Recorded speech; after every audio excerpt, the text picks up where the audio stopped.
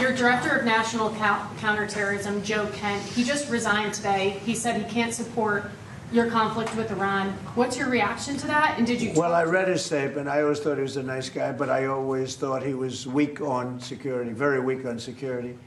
Anyway, let's go ahead and read his letter. He says, quote, after much reflection, and this is to President Trump, I have decided to resign from my position as the director of the National Counterterrorism Center effective today. But wait, there's more. I cannot in good conscience support the ongoing war in Iran.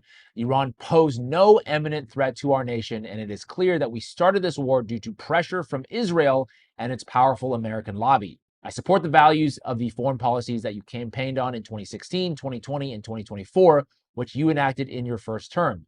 Until June of 2025, you understood that the wars in the Middle East were a trap that robbed America of the precious lives of our patriots and depleted the wealth and prosperity of our nation. In your first administration, you understood better than any modern president how to decisively apply military power without getting us drawn into never-ending wars. You demonstrated this by killing Qasem Soleimani and by defeating ISIS. Early in this administration, high-ranking Israeli officials and influential members of the American media deployed a misinformation campaign that wholly undermined your America First platform and sowed pro-war sentiments to encourage a war with Iran. This echo chamber was used to deceive you into believing that Iran posed an imminent threat to the United States and that should you strike now, there was a clear path to a swift victory. You know, there's only one thing that I'm not clear about.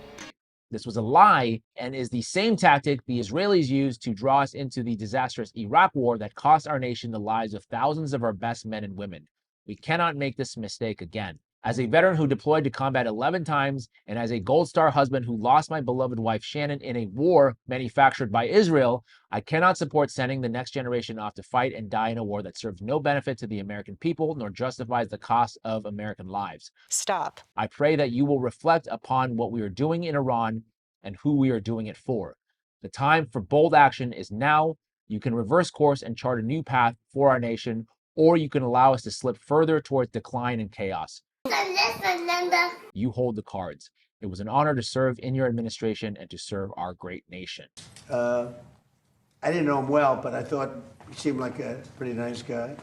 But when I read his statement, I realized that it's a good thing that he's out, because he said that Iran was not a threat. Hold on a second. He said, I always thought he was weak on security, which is exactly why I put him in charge of security. Also, did you guys know Joe Kent was the one who wanted to investigate if there was any foreign involvement in the assassination of Charlie Kirk, and Kash Patel and the FBI actually shut it down, which I thought at the time was kind of weird. And also, I think, once again, we need to remind people what this particular administration has put out about Iran. This is Tulsi Gabbard, Joe Kent's old boss, the director of national intelligence, in March of 2025, just 2 months after Trump took office.